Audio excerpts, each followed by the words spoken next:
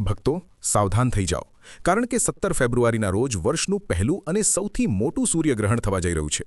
આ ગ્રહણની અસરથી કેટલીક રાશિઓ અપાર ધનવાન બનશે, જ્યારે 5 રાશિઓને મોટું નુકસાન સહન કરવું પડી શકે છે. માતાઓ અને બહેનો, અમે આપ સૌને જણાવવા માંગીએ છીએ કે આ કોઈ સામાન્ય ઘટના નથી. આ દિવસે આકાશમાં સૂર્યદેવનું એક અનોખું અને અદ્ભુત દ્રશ્ય જોવા મળશે. તેથી જ જ્યોતિષીઓ અને વૈજ્ઞાનિકો આતુરતાથી આ ઘટનાની રાહ જોઈ રહ્યા છે. પંચાંગ અનુસાર 17 ફેબ્રુઆરીના રોજ થનારું આ સૂર્યગ્રહણ વર્ષ 2026નું સૌથી પહેલું અને મોટું ગ્રહણ બનવા જઈ રહ્યું છે. જ્યોતિષશાસ્ત્ર મુજબ આ ગ્રહણ પર ચતુર્ગ્રહી યોગનું નિર્માણ થઈ રહ્યું છે, જેની અસર 12 રાશિઓ પર પડશે. પરંતુ તેમાંથી 5 રાશિઓ એવી ભાગ્યશાળી છે જેમને ભગવાન સૂર્યદેવની વિશેષ કૃપાથી જીવનની તમામ મુશ્કેલીઓમાંથી મુક્તિ મળશે. માતા લક્ષ્મી, ભગવાન વિષ્ણુ અને સૂર્યદેવના આશીર્વાદથી આ 5 રાશિઓના કરિયર અને વ્યવસાયમાં પ્રગતિ થશે, ઘરમાં ધનની વૃદ્ધિ થશે અને કોર્ટ કચેરીના કેસોમાં નિર્ણય તેમના પક્ષમાં આવશે. ધ્યાન રાખો કે સૂર્યગ્રહણના 12 કલાક પહેલાં સૂતકકાળ શરૂ થઈ જાય છે. આ દરમિયાન કોઈ શુભ કાર્ય કરવું નહીં અને ભોજન પણ મર્યાદિત માત્રામાં લેવું. ધાર્મિક માન્યતા છે કે ગ્રહણકાળમાં કરેલા શુભ કાર્યોનું ફળ મળતું નથી. તો ચાલો જાણીએ આ વિશેષ સૂર્યગ્રહણનો સમય, તેની અસર અને તે 5 ભાગ્યશાળી રાશિઓ વિશે જેમનું નસીબ ચમકવાનું છે. જ્યોતિષશાસ્ત્ર કહે છે કે જેના પર સૂર્યદેવ અને માતા લક્ષ્મીની કૃપા થાય તેનું ભાગ્ય આપોઆપ બદલાઈ જાય છે. તેથી આપ સૌને વિનંતી છે કે આ વિગત ધ્યાનથી વાંચો અને કોમેન્ટ બોક્સમાં જય સૂર્યદેવ અને જય માતા લક્ષ્મી અવશ્ય લખો. સાથે તમારી રાશિ પણ જણાવો, જેથી અમે તમને યોગ્ય ઉપાયો જણાવી શકીએ. મિત્રો, આ ગ્રહણ 300 વર્ષોમાં એકવાર આવતો દુર્લભ સંયોગ છે. ચાલો હવે જાણીએ તે ભાગ્યશાળી રાશિઓ વિશે જેના પર ભગવાન શિવ અને સૂર્યદેવની કૃપા વરસવાની છે. 1. મેષ રાશિ. મેષ રાશિના જાતકો, ધ્યાનથી સાંભળો. તમારા માટે આ સૂર્યગ્રહણ 11મા ભાવમાં એટલે કે લાભના ભાવમાં થવા જઈ રહ્યું છે. 17 ફેબ્રુઆરી પછી આર્થિક તંગી શબ્દ તમારા જીવનમાંથી હંમેશ માટે દૂર થઈ જશે.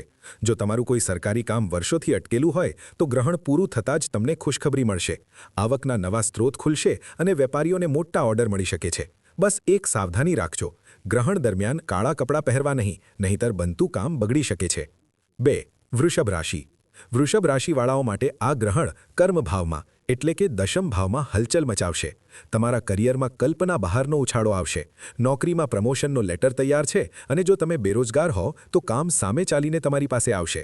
શેરબજારમાં રસ ધરાવતા લોકો માટે આ સમય જેકપોટ સમાન છે, પરંતુ લાલચમાં આવીને બધી મૂડી દાવ પર ન લગાવતા. ઉપાય તરીકે ગ્રહણ પછી ગરીબોને અન્નદાન જરૂર કરજો, જેથી ધનના ભંડાર ભરેલા રહે. 3. મિથુન રાશિ. ચેતવણી. મિથુન રાશિના જાતકો, બહુ ધ્યાનથી સાંભળો. તમારા માટે આ ગ્રહણ ભાગ્ય ભાવમાં છે. નસીબનો સાથ મળશે અને રોકાયેલા પૈસા પાછા આવશે, પરંતુ તમારી એક ભૂલ તમને બરબાદ કરી શકે છે. ગ્રહણના પ્રભાવથી તમારી વાણી કડવી બની શકે છે. ગુસ્સામાં આવીને તમે કોઈ સ્વજન કે બિઝનેસ પાર્ટનરને એવું કંઈક બોલી શકો છો જેનાથી બાજી બગડી જાય. તેથી 17 ફેબ્રુઆરીએ મૌન રહેવાનો પ્રયત્ન કરજો. ઓછું બોલશો તો વધુ કમાશો. 4. સિંહ રાશિ. સિંહ રાશિના સ્વામી સ્વયં સૂર્યદેવ છે. જ્યારે સૂર્ય પર ગ્રહણ લાગે ત્યારે સૌથી વધુ હલચલ અહીં જ થાય છે. પણ ડરવાની જરૂર નથી. આ હલચલ તમારા જીવનના કચરાને સાફ કરવા માટે છે. તમારા છુપા શત્રુઓ હવે ઘૂંટણીએ પડી જશે. કોર્ટ કચેરીમાં વિજય નિશ્ચિત છે અને વિદેશથી ધનલાભના પ્રબળ યોગ છે. બસ ગ્રહણકાળ દરમિયાન ઓમ સૂર્યાય નમઃ મંત્રનો સતત જાપ કરતા રહેજો, જે તમારા માટે રક્ષાકવચનું કામ કરશે. 5. તુલા રાશિ. તુલા રાશિવાળાઓ માટે ગ્રહણ પંચમ ભાવમાં એટલે કે બુદ્ધિ, પ્રેમ અને સંતાનમાં લાગી રહ્યું છે. તમારી બુદ્ધિ એટલી તીવ્ર થશે કે તમે માટીમાંથી પણ સોનું બનાવશો. શેર બજાર કે ટ્રેડિંગમાં તમારી સિક્સ્થ સેન્સ તમને સાચો રસ્તો બતાવશે. અચાનક ધનલાભ કે લોટરી લાગવાના યોગ છે. સંતાન ઇચ્છુક દાંપત્ય માટે શુભ સમાચાર મળી શકે છે. સાવધાની માત્ર એટલી રાખવી કે ગ્રહણ દરમિયાન કોઈ ગર્ભવતી મહિલા કે પ્રાણીનું અપમાન ન કરવું, નહીંતર માતા લક્ષ્મી રીસાઈ શકે છે. 6. કુંભ રાશિ. આ ગ્રહણ તમારી જ રાશિમાં લાગી રહ્યું છે. તમારા જ ઘરમાં સૂર્ય અને શનિનું મિલન થઈ રહ્યું છે, જે એક મોટો રાજયોગ છે. તમારા વ્યક્તિત્વમાં ગજબનું આકર્ષણ આવશે અને સમાજમાં માન-સન્માન વધશે. પૈસા ચારે દિશામાંથી વરસાદની જેમ આવશે. નોકરી, વેપાર કે રોકાણ દરેક જગ્યાએ ફાયદો જ ફાયદો છે. બસ એક વાતનું ધ્યાન રાખજો, પૈસા આવ્યા પછી અહંકાર ન કરતા, કારણ કે શનિદેવને અહંકાર બિલકુલ પસંદ નથી. વિનમ્ર બની રહેજો અને દાન પુણ્ય કરતા રહેજો. મિત્રો, આ ગ્રહણનો લાભ લેવા માટે એક રામબાણ ઉપાય છે.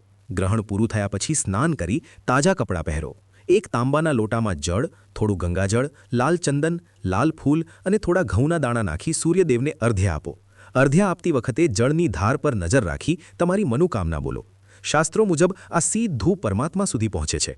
આ ઉપરાંત નકારાત્મકતા દૂર કરવા માટે એક નાળિયેર માથા પરથી 7 વાર ઓવારીને વહેતા પાણીમાં પધરાવી દેવું 17 ફેબ્રુઆરી હવે દૂર નથી તમારા મનને શુદ્ધ રાખો કારણ કે જ્યારે વાસણ સાફ હોય ત્યારે જ તેમાં અમૃત ભરી શકાય છે ઈર્ષ્યા અને દ્વેષ છોડી દો જો તમે તમારા જીવનને બદલવા અને સમૃદ્ધિ મેળવવા તૈયાર હોવ તો કોમેન્ટ બોક્સમાં જય સૂર્યદેવ લખી તમારી હાજરી નોંધાવો આ વિડિયો તમારા મિત્રો અને પરિવારજનો સાથે શેર કરવાનું ભૂલશો નહીં કદાચ તમારું એક શેર કોઈનું નસીબ બદલી નાખે પરમપિતા પરમેશ્વરને પ્રાર્થના છે કે આ સૂર્યગ્રહણ તમારા અને તમારા પરિવાર માટે મંગલમય સાબિત થાય જય સૂર્યદેવ